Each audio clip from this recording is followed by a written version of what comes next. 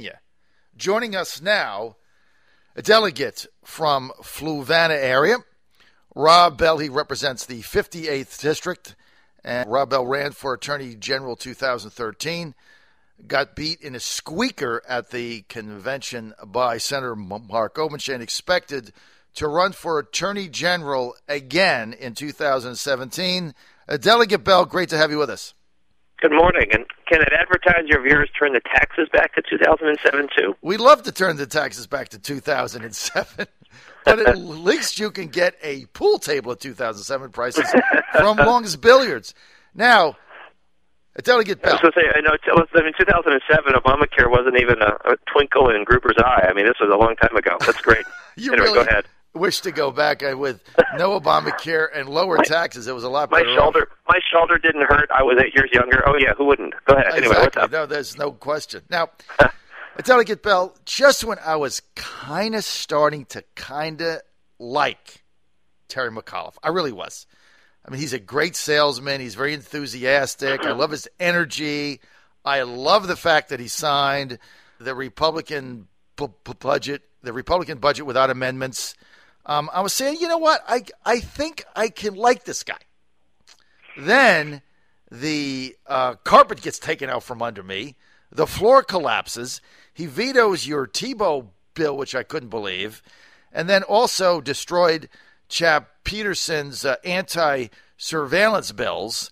And but I'm so upset over the Tebow bill. I just cannot understand the arguments opposed to it, because anyone that is attending, that is being homeschooled right now, is saving the school system money but still paying the taxes.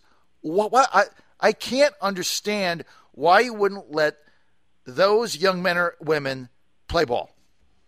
Well, and there's something about homeschooling generally that unhinges people, and I'm not quite sure I understand why, and I have begged them to go meet homeschoolers, because I've said that whatever you think you know about homeschooling because you visited with them in 1988 or something, it just isn't true anymore. And what we have now is what has gone from what had been a very small group of parents who took their kids out of school to just yet another mainstream choice that parents use for 1 year, but not always. And it used to be when your kids came out, they never went back. That's not true either. You have kids, my kid has gone back and forth according to what's the right fit for that school year. And so what you have is those kids all the way through 8th grade, the schools are usually very open to them participating in everything. They can come back in, they can be in clubs, they can even play on sports. But the moment you get to the 9th grade, all that ends. And again, even they're not what you think you know, you don't know, which is that about half schools in Virginia allow kids to take classes, to let them be on clubs. But what they can't do is compete. They can even practice. Some schools need to use them for practice teams, but they can't actually compete on Friday night.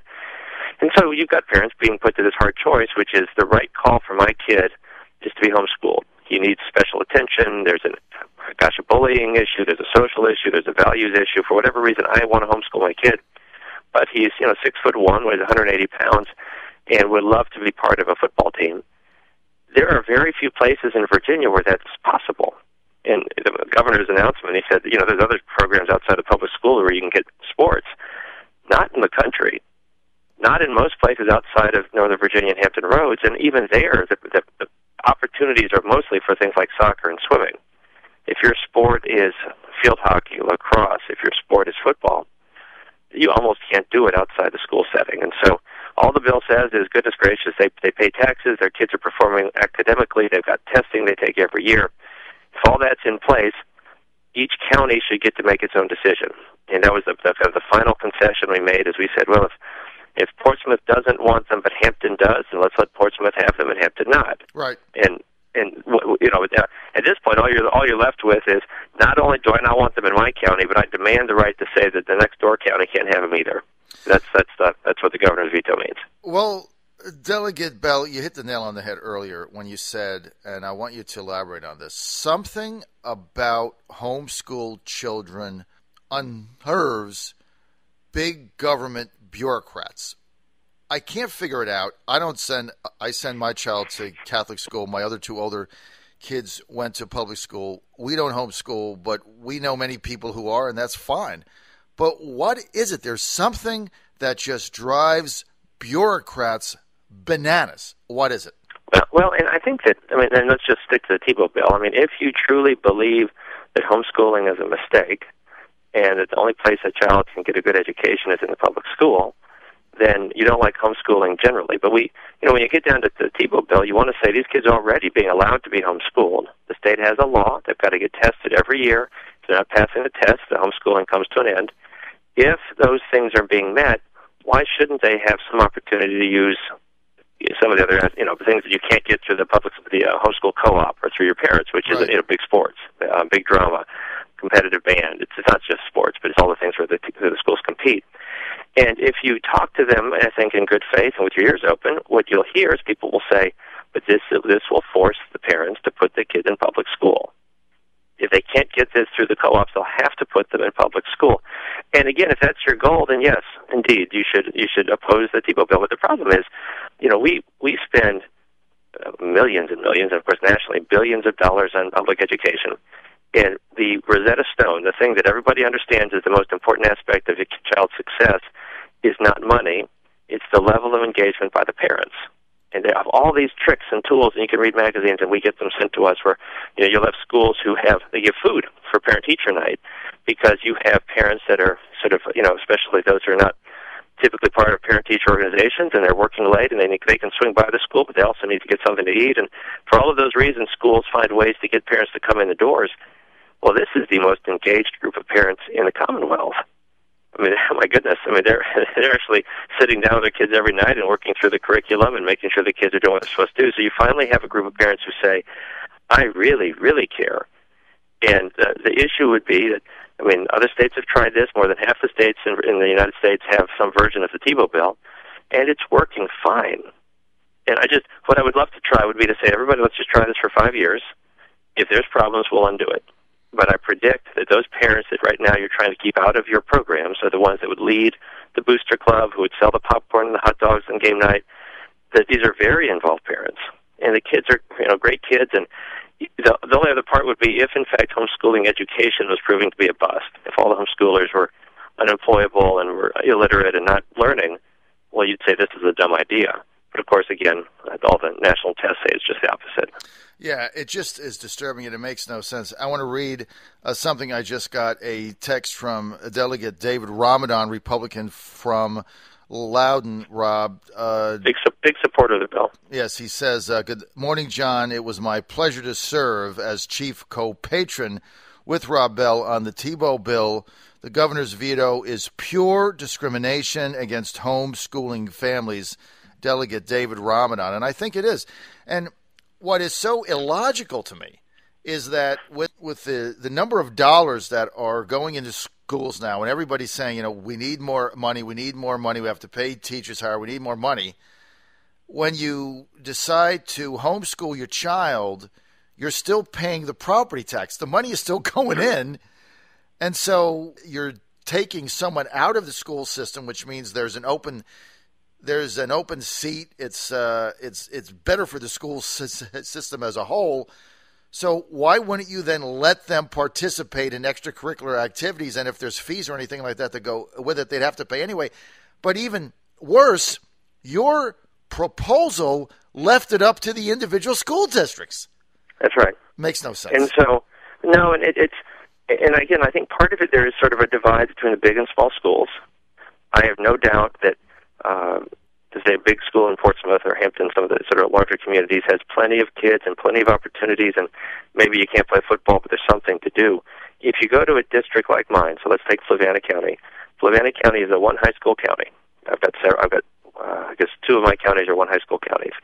The only game in town for anything, we have a soccer league in the summer, but in terms of true competitive sports, the only place to go is the high school. So if you are, again, you're 6'1", you're 180, you're a strapping young man, and you like sports, the only place to get that competition is at the high school. Right.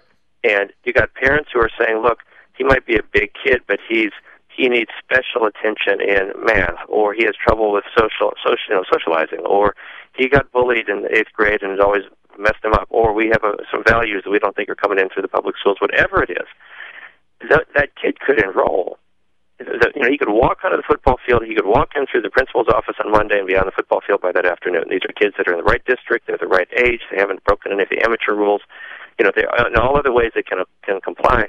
And it's just the parents are saying, this year, this kid, the right answer is homeschooling. Now, the irony is what you just said, which would be the more kids who are homeschooled, the more money that is left in the system to spread around for the other kids. So it is certainly a huge benefit for the public school system to have that money for the kids that are enrolled in public schools. We're just saying, golly, take 1% of that money and allow the kid to use the, again, competitive band, the quiz bowl, the forensics, the football, the lacrosse. And we're not even saying give him a spot. We're just saying let him try out. It's a real shame. Delegate, I was shocked that the governor quasi-vetoed. He didn't veto it, but he destroyed Chad Peterson's bill, basically, which was, I'm going to call it the anti-surveillance bill. Why? Yeah, I'm not sure where that came from, and I haven't seen his veto. Typically, when he does a veto, they send out an announcement with his reasons for why. It's like a press release.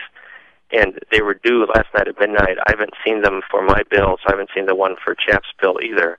But there was a House version of that with Delegate Anderson. It passed both bodies and was signed. And I'm not sure what I haven't read it, so I don't know what his reasoning was for that. Well, there were amendments. He didn't veto the bill. What he did was make amendments to them that really made the bill meaningless. Basically saying that law enforcement could save the license plate reader information for 60 days, which is counter to what you guys were saying. And then he went on to say that, anything else can be saved, and he had a million reasons behind it. But again, it's just another... Well, that's sort of you don't learn this in civics class. Everybody knows that he can sign it or veto it. The other power he has is what you're pointing out, which is to amend it. And what we can do then is, it's going to come back to us. We can accept the amendments, we can reject them, or we can do it some of each. And then having given, signed off in the parts we like, we send it back up to him, and then he can ultimately decide whether or not to sign it or not. Now, the alternative is if... Can you Go ahead, just let me say this? Do you have the ability to override the amendments? Yeah, so that's what I was going to say. And the alternative, if you've got the votes, you could pass it notwithstanding the veto threat. Because what the amendment really is him sending us a message saying, "Hey, we're close on this. If you will agree to these amendments, I will sign it," and it's binding. If we accept his amendments, then he has to sign it.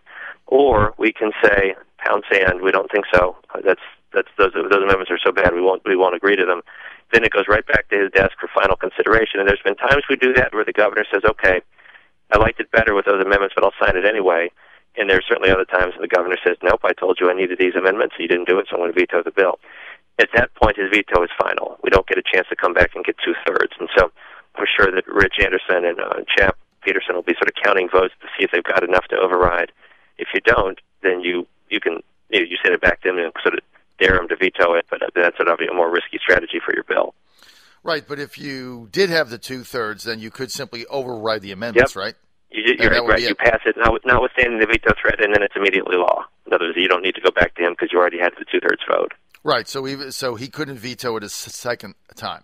No. Okay. And it's mostly just a way to keep us from having to come down to Richmond twice. In other words, if you did it the other way, you'd have to send it up to him. He vetoed it. We have to come down. We'd have to spend another, whatever it is, $30,000-$40,000 for us to meet again.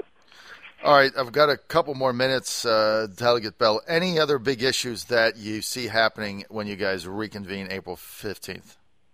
Well, some of the big issues have finally been settled. So the biggest this year was Medicaid expansion, and last year we were stuck.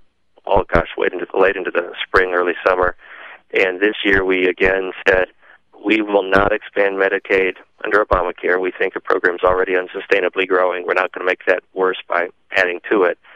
And he has, it appears, conceded. In other words, wait till next year.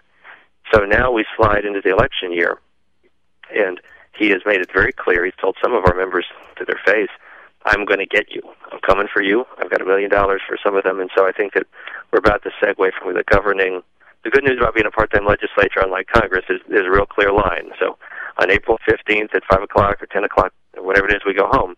That's it for this session. We're done, and then the elections start. And I know that not so much the House members, but the state senators are really gearing up for just a titanic fight with the governor over their seats.